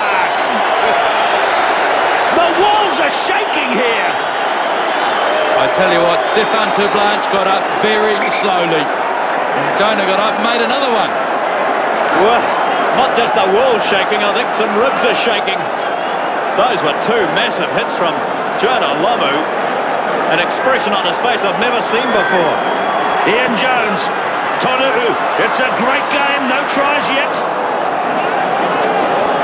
You've just got to hold tight on this one, folks, because if you're supporting New Zealand here, it is certainly, definitely not a win yet. It's far from a victory. Gee, that midfield defence of the Springboks has been superb as we watch the replay of Jones. Well, not a great kick, good style. He got the call from Wilson, it was the right intention. Junior was going for an intercept then, I think. To Teichmann. Honeyball.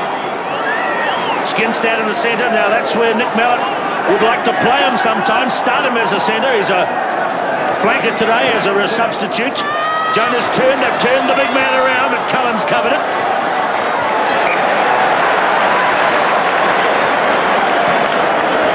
Okay, we're in the last 20 now, Grant. What about the fitness factor? Well, the game's been very quick despite the scoreline. Both sides seem to be still reasonable at the moment. Still getting to breakdowns, both forwards and backs. The game is still at a pretty fast clip. Partial charge down by James Dalton.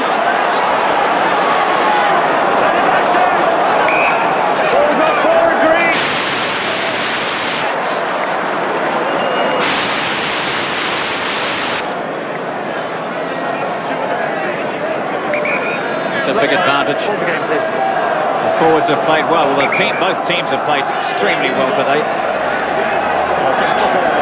Had their chances. New Zealand missing with 5 penalties. South Africa. Well, big test of the captain now. The biggest game of his life. It's got to be.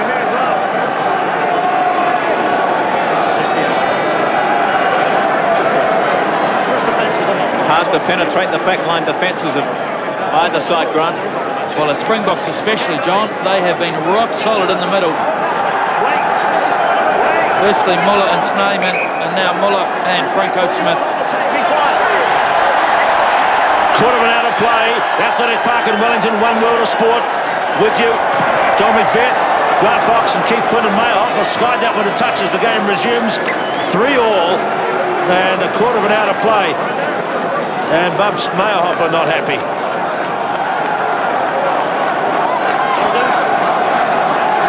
Short line out again from the Springboks. Loose forwards, Teichmann out wide.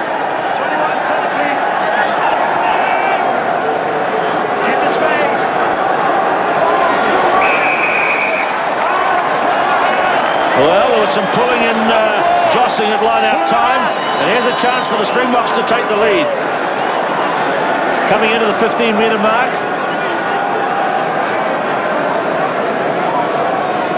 Let's have a look at the replay on this one. Let's have 10, please, Blacks. That's not going to show us. Montgomery gets an opportunity to take the Springboks into the lead.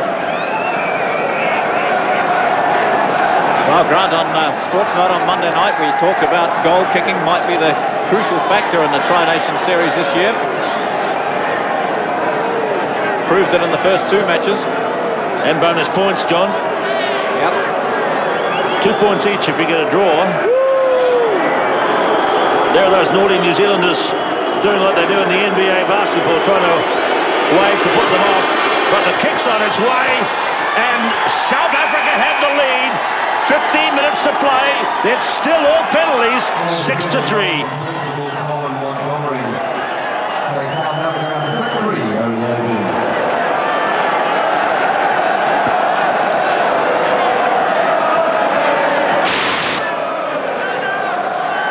Scott McLeod getting ready to go on. Number 16, he joins the fray in place of Meyer Hoffler.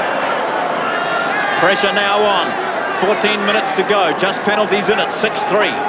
Advantage played with the knock-on by Ian Jones from the kick-off. And there is Jeff Wilson. A big fan out, and you see Scott McLeod, number 18, coming in with his distinctive headgear. I think we might have an extra player. Meyer Hoffler hasn't gone off. Number 16. Yes, he is, John. He's on the sideline.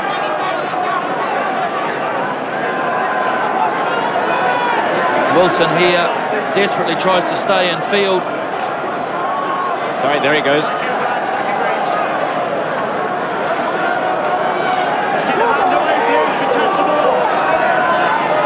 So a few changes through the game.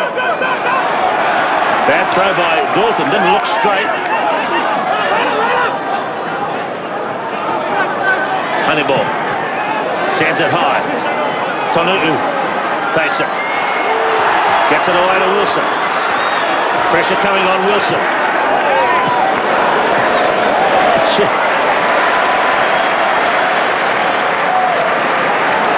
That was interesting from Honeyball. Run to the line, then pump it high in the air. Tonu'u had to be back and cover, and he was. He did well to get the ball to Wilson, who did the safe thing.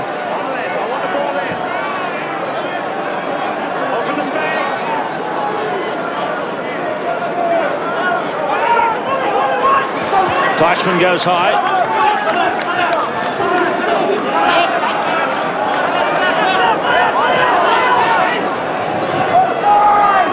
And there's another one way up high. Wilson's chugging back here. He's a bit slow, but he gets there again.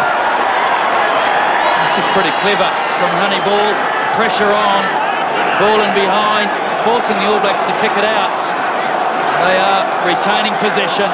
I wonder if Wilson thought that Callum should have been in for that one. That was the look he gave, wasn't it? It certainly was. Short line-out option again. 3 in with Otto. Robin Brook hasn't been at all prominent at line-out time today. The jumps haven't gone his way. Teichmann, Smith, Van der Westhuizen, Garvey, 21 is LaRue. Tell you what, a try here would seal it for South Africa. It certainly would. The All Blacks need to defend desperately. The Springboks can put it beyond doubt if they can get across the line. Well, the All Blacks spent so much time in the South African half in the first spell. South Africa have turned that. A vital moment in the game now, and it's a try under the post! A sensational try by Peter Rousseau. The All Blacks are stunned. They're looking at each other in the back line, saying, how was that hole exposed? It's right under the posts. It's a shock. And look at those faces. Forward replay. It's a great move by South Africa. The dummy run round from Van der Westhuizen. Rousseau off Honeyball, who had operated so flat. Look at that. Just opened it up. A well-worked set move. And I think that's probably game O for the Springboks. Well, different reactions in the grandstand. I spun around. Nick Mallett was up only briefly. Montgomery with the trusty left boot, and through it goes. South Africa 13, New Zealand 3. Peter Rousseau has broken the game open with the first try, and here it is one more time. Van der Westhuizen, the decoy, Rousseau under the posts.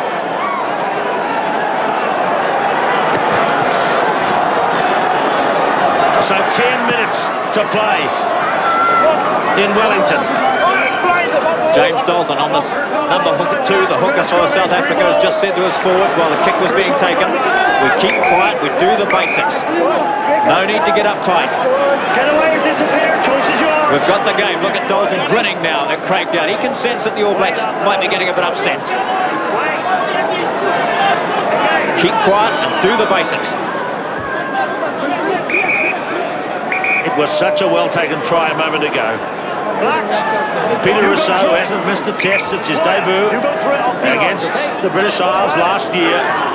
Now into his 17th test. Down here on the right wing he is. Scored 2 tries at Eden Park last year. Another one here today, and it's spinning out his way again. Here's Peter Muller. Montgomery in. Aitken. Maka makes the tackle. Van der Westhuizen caught by Brook. Head high call by referee Morrison. Templars! Can't complain about the penalty count.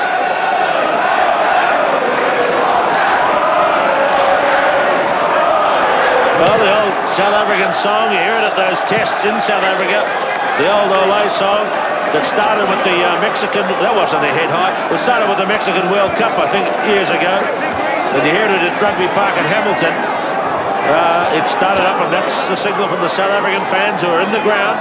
They sense a famous victory here in the 50th game between these two huge rugby rivals. Well, they spent all the second half in the All Blacks half. Ollie LaRue off to Gary Teichmann, and they're 10 metres away now. And Van der Westhuizen. Smith is caught. A switch of direction now, back. One out wide to Lamu, and Tedlons. Jonah takes it.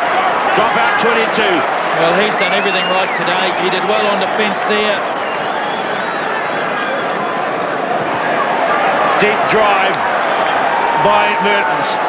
Honeyball is back.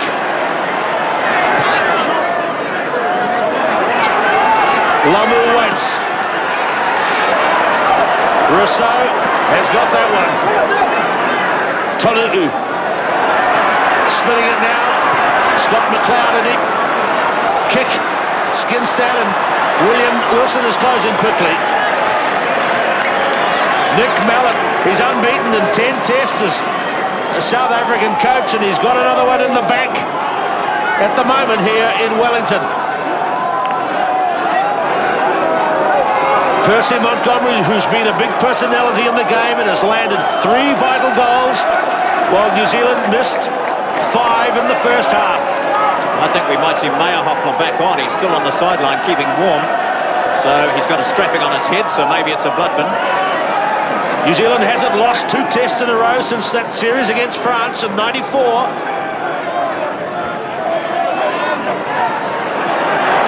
Well, a little bit of slow motion there from Rousseau as he ran towards the New Zealand players. Skinstad.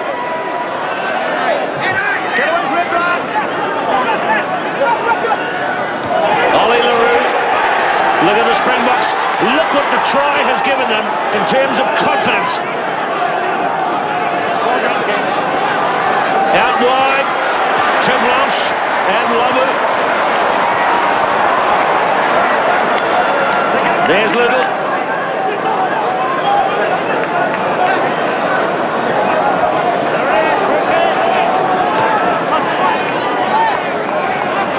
cylinders back. Floats it to Junior. Look what the South African try has given them in terms of confidence. They're right over. It's swarming rugby at the moment. Skinstad. Montgomery might be on for the drop goal here, but they couldn't get it back. Well, the ball was out as the All Blacks came over to pick it up. Got no scrum up there, Greens. So they're still alive in this game, but really only just. 5 minutes to play. Wait. There it is. Wait.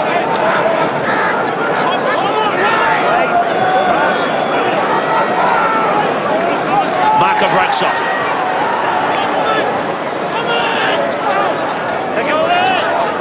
It's not quick ball, is it? Didn't blow really over the top. Mertens straight to Montgomery. There's another one. Mertens waiting. So Mertens. Kronfeld.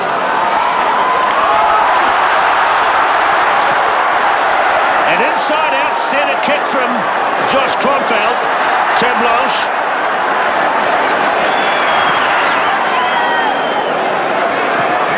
Maka. Swings it infield to Merton, who had a look before he caught it. Gives it back this time to McLeod. And here's that swarming rugby again.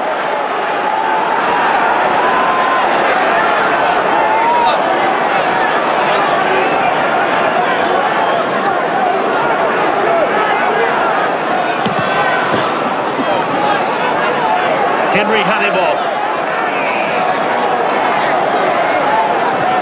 Another one is sent skywards. Robin Brook gets Honeyball. Now Cullen into the game. Oh, what a lovely tackle on him from Aitken. And Van der Westhuizen raises his arms in triumph because this is another kickable one. Right out in front and 30 metres out. There it is. And he can sense the wind is coming for the Springboks. And I think the tackler, yes, it was Aiken. That was a superb tackle. Fenter was in there very quickly. He expected Cullen to come off his left foot, and he set for him. Cullen was turned the wrong way, and you can see him there trying to roll over. Van der Westhuizen's pretty happy about it. Well, in the years running down the history books to today's game, the traditional South African game has been based on tough physical presence, in physical intimidation, if you like, in the forwards, and that's always come ahead of attacking talent. But under Nick Mallett, he's loosened the emphasis there, widened the scope of their play, and they're playing new brand of rugby here in 97 and 98, and it's winning rugby under Nick Mallett. Montgomery's kick is another one that's astray. No change, 13-3, but look how the clock ticks. Only seconds remaining now.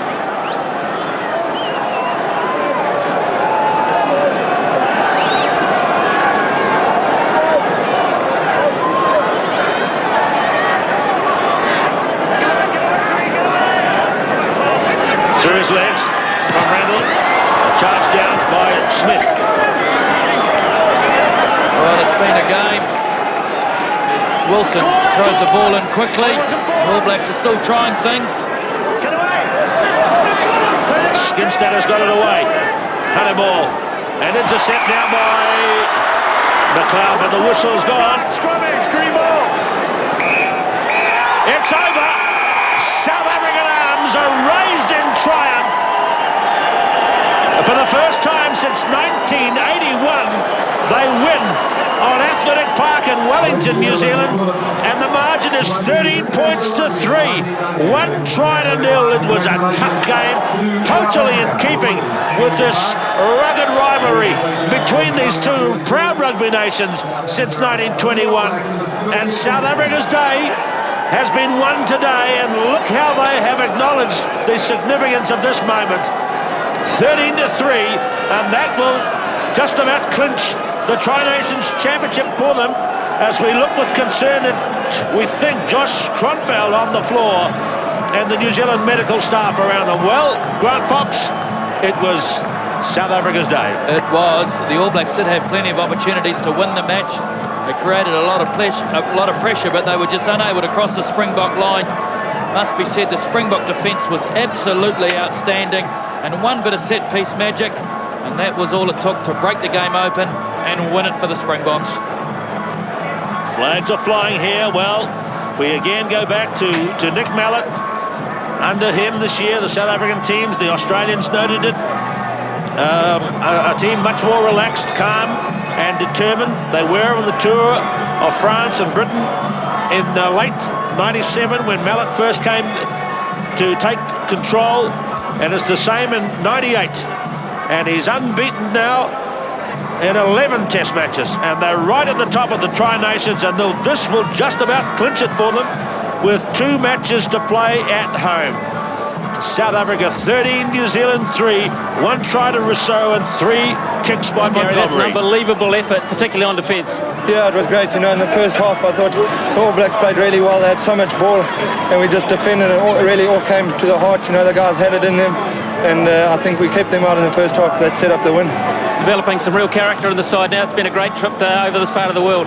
Yeah, you know, we haven't won too many games over here, so for me and a lot of the guys on the side, it's a great one, and it's a milestone that we've been trying for a long time to achieve. 15 heroes for you too. Definitely, I can't single out anyone. You know, all 15 and the guys that came on really played a great game. Now you head home and you'll have great support back there as well, no doubt. Yeah, you know, we're fortunate we got 2 wins on the away trip, but we know all 3 sides are very even, and when they come home it's not even a guaranteed win, so we've got to work hard for home games. Thanks for talking to us. Enjoy the night. Cheers, thank you. Love you, All Blacks!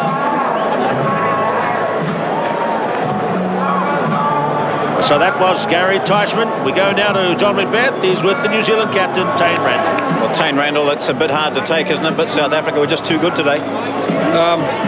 We just couldn't get through defence. Simple as that. We didn't kick our goals and didn't score the points when they were there for the taking. Well done, South Africa, though. They certainly shut the game down, and they played it well, especially towards the end. They planned for this very well, didn't they? Yeah, so did we. But I mean, today they were just too good for us. What do you think the key was? I mean, defence was the key, obviously, from their point of view. Yeah, certainly, and we knew they were going to be tough to crack, and we knew we were in for a hell of a game. Today, you know, we had the intensity, we had everything. We just didn't have the points. Just shows how evenly matched these 3 teams are in this competition this year. Yeah, but you know, for what South Africa have done with their 2 wins away from home, they've done very well. And we have to play them over in Durban. That's going to be tough. But I mean, you know, that's rugby, and we've just got to front up next week. The All Blacks can bounce back from this, Tane. Thanks, John. Okay, well done. Well, there it is. We look across Athletic Park. South Africa have taken the lead in the Tri-Nations points table with 8 points. Australia have 5. And New Zealand, after 2 games, have no points, no bonuses from the game at Melbourne or the game here at Athletic Park this afternoon. It's South Africa 13, New Zealand 3. What a tough one it was, and a tough defeat for New Zealand rugby to take here under the sun in Wellington this afternoon. Jubilation in the South African changing room here at Athletic Park in Wellington because they've beaten the All Blacks by 13 points to 3, and that's an away win in the Tri-Nation series, which is fabulous for them. Now, 2 wins away, one in Perth against Australia last week, and now the hard one, the one they really wanted, the one against the All Blacks here at Athletic Park. So it's time to, well, dissect this game today. Are we all sad and morose, are we? Because you know what happens when the All Blacks lose? The country goes into mourning. Well, that's what's happened here today. Wayne Graham and Grant Fox are with me, however. And first of all, Wayne, the problem for the All Blacks today, why did they lose? The South Africans were too good, John. Yeah, they got more points, John, and they, as we know. But I think the All Blacks had their chances during the day. We saw a Springbok team, I think, that's really getting quite a formidable force now. They were very focused and very committed, and as the game wore on, they definitely weren't going to chuck it away. So they came here to win a game of rugby, and they achieved that. So the All Blacks got to rethink, don't they? Things are not working for them, and it's not really getting that much better. Okay, Grant? They scored more points. Yeah. We didn't take our chances. I mean, we didn't kick our goals, and we didn't convert pressure and field position into points. And All Black sides, particularly in the last 2 years, have been able to do that. And this year, we're not doing it particularly well. So yeah, That's the reason we had lots of ball today. They had lots of opportunities. Really. We had territory and we had possession, much more in the first half. The Springboks evened it up a lot more in the second half, but that we were still dominant in those areas. And there it is. There's only one that's against the All Blacks, and that's line-outs basically. Turnovers were more. Springboks turned over more. Every stat, the left-hand side of the column, but the one at the top, which is quite important, was against us as well. And everything else apart from lineouts was in the All Blacks' favour. Yeah, so basically things were going okay for them, but they couldn't quite put the points on the board. They had lots of penalty opportunities. We'll talk about that soon. But I suppose the happiest chap here at the ground, in fact, when I was coming out of the changing rooms afterwards, there was this chant going up, "We want Nick, we want Nick." They wanted Nick Mallett. We've got him now for you. Nick, first of all, congratulations. You obviously had a big game plan today. Well, the game plan was hopefully to keep the ball, and we didn't do that very well for the first half. And we were very fortunate. I feel very sorry for Carlos Spencer, but that's part of the game. I felt that the All Blacks probably deserved to be nine odd points up at half time. They weren't, and that gave us the springboard for the second half. I knew that we wouldn't turn over as much ball in the second as that we did in the first. And by holding on to the ball, I think then we controlled the second half a little bit better. Someone who was on form with the boot for you was Percy Montgomery. Crucial kicks. Not really. In fact, I think he missed two very important ones in the second half as well. And remember that Henry Honeyball missed quite an easy one smack in front, so it wasn't a good day for the kickers, and we can't blame the ball. They just had an off day, all three of them. Defensively, a huge effort from both sides. Yeah, score reflects that. It was. That's the interesting thing. Northern Hemisphere keep on saying that Tri-Nations rugby, Super 12 rugby turns it into aerial, basketball scores, but it doesn't seem to be the case for me, because when two evenly matched sides get together, it's just one little slip on defence and a try. But I mean, there was a massive effort from both teams, and when the Northern Hemisphere comes and plays against New Zealand, they take 50 points. So I think this was a really great test match, and obviously from our side, we're just delighted with the win. That'll give you huge confidence going back home. I've said right from the start, you can never go onto the field anticipating a win. I don't think home and away makes much difference anymore now in this competition. I think that the fact that we've got two at home, the pressure will be on, because we've got to win one of them to win the Tri-Nations. But I couldn't have asked for a better start. 2 wins, but it seems like there's still plenty to work on from the sounds of it. Yeah, I always think of the next game. We've won this one. Next one is All Blacks again in Durban. I mean, it's Gary Teichmann's hometown, and we'll be playing to win the Tri-Nations there. It's a very well organised and determined New Zealand side, and we knew how much we had to do today to stop them from scoring a try. So there's no doubt the guys won't think that just because we won here, we're going to be firm favourites at home. We had to work very, very hard for this win, and I'm just enjoying it for the moment. Well done. Thank you very much. Well, that's Nick Mallett, and he's created a very, very favourable impression while he's been here in New Zealand with the South African side, which really has gone up a notch after he's been involved with them. Now, one of the controversial selections, I suppose, and one that has kept the rugby fans debating over the past 15 days or so, 14 days, has been the fact that Carlos Spencer was included ahead of Andrew Mertens-Grant. Now, Carlos Spencer did some very good things today, didn't he? He did some good things, but it was... At times he didn't get the time and space that a guy like Carlos needs. I mean, all players like time and space, of course, but I felt at times we didn't clean out the second phase enough, and we didn't get the ball going forward enough, and therefore it was sometimes difficult there. We actually did that quite a few times this afternoon. We did not. We dropped the ball. We didn't catch our passes. We turned the ball over a little bit there. And these ones were just shaving uprights. Yeah. That happens now and again, but that's 2 test matches in a row. We really haven't kicked our goals.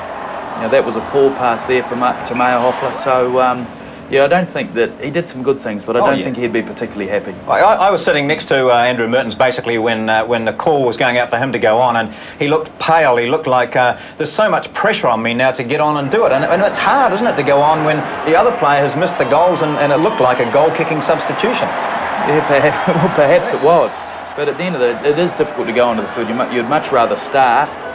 But here, I mean, he was the only one back, Andrew, here, and he was trying to give himself a better angle. But this is what the South Africans did all afternoon. They had a swarming defence. They came forward. They put a lot of pressure on. And Andrew only had 1 shot at goal, and it was 1 for 1. But even that, I mean, okay, it went over, but it wasn't hit particularly flash. I know. I just wonder how much effect these last 2 games have had on the players, on Mertens and Spencer. The goal-kicking pressure has gone on. I mean, you've faced it over the years, but you've talked to them obviously as well. Are they feeling the pressure now? Well, I think you feel the pressure when you play test matches anyway, as Wayne knows. I mean, they've had a hell 2 weeks, the All Blacks. It's not not pleasant. I think they can be thankful now it's only a week till the next test. It's only going to be 1 week, Al, instead of 2. Absolutely. I won't talk to you about the goal kicking, Wayne. We'll now go to one of the tight 5 who've really been under pressure as well over the last 3 or 4 weeks since the Tri-Nation started. A man who shone again this afternoon as he did last week, that's Ian Jones. He's with Bernardine. Well, Ian Jones, certainly not the results you wanted, but a step up from last week.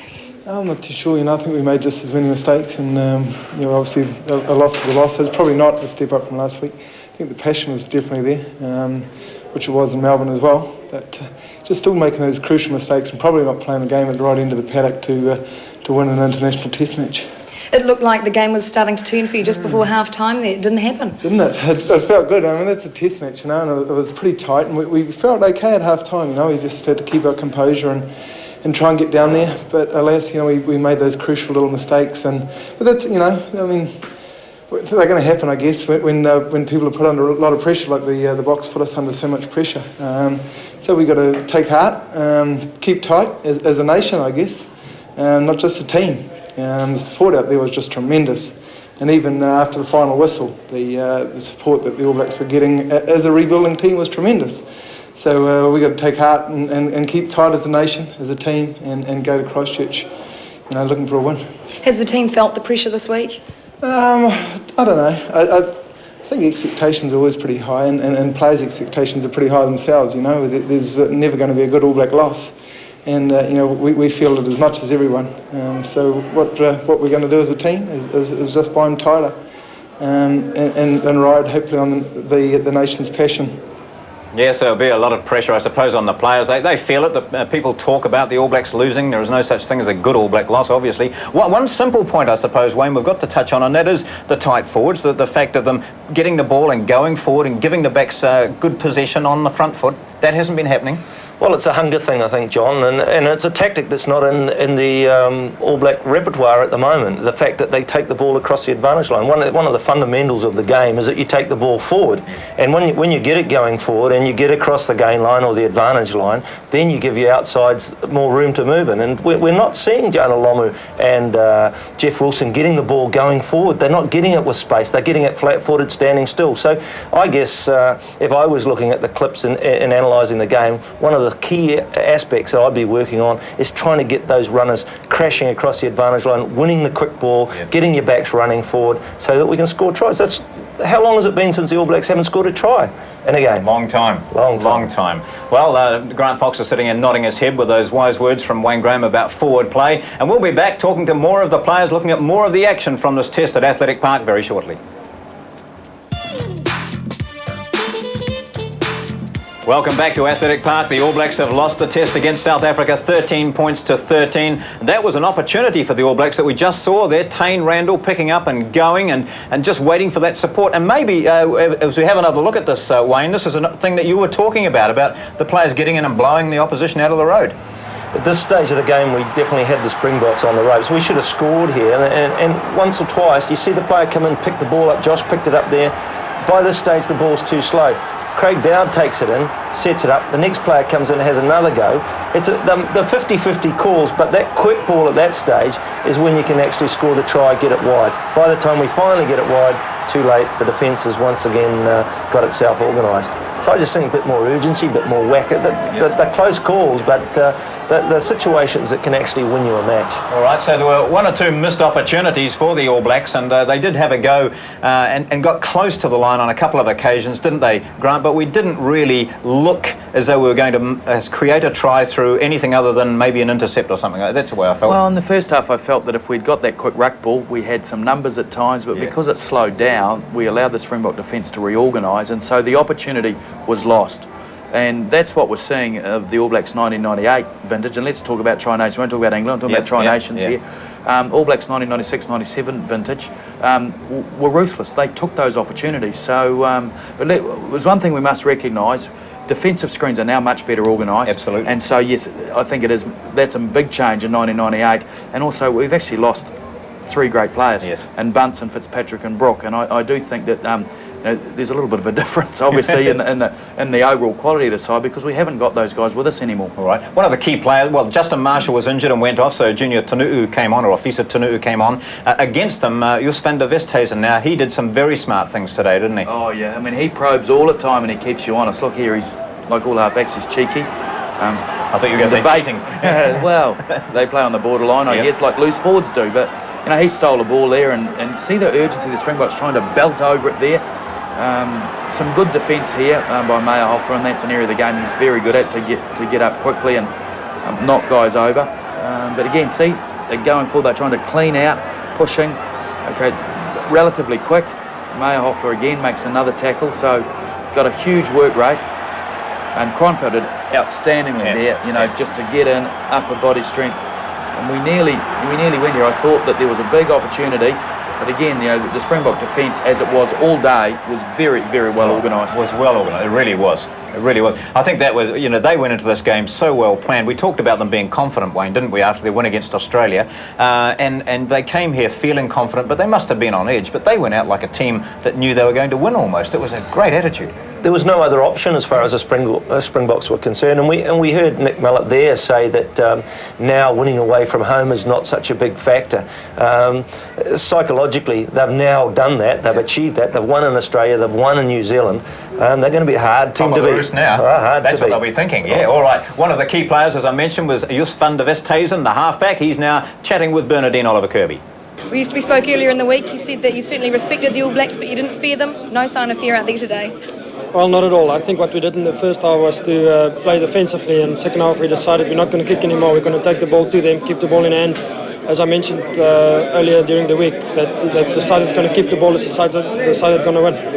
And South African side really kept their cool at half-time when it looked like things were changing for the All Blacks. Yes. We decided half-time that we're going to put the pressure on them and we're going to keep the ball. And I think it's through positive play that we scored the try. But I must say, it was one of the best games of rugby I've seen on the field myself. I mean, I think New Zealand played very well. It's just a question of a bit more concentration from our side that pull it through. That's that concentration, because the intensity was just huge. It was huge intensity, and you can see that the tackles that New Zealand gave on us and we gave on them, that every player, all 30 of the guys, put their heart into the game, and I think this is a very positive sign for rugby. Huge confidence for you going home now to have your 2 home games. I think what we must just do is go back home, relax a bit, and be humble in our victory, and go back home and just prepare for the last 2 games. Tri Nations is not one until the final whistle blew. Again, congratulations. Thank you.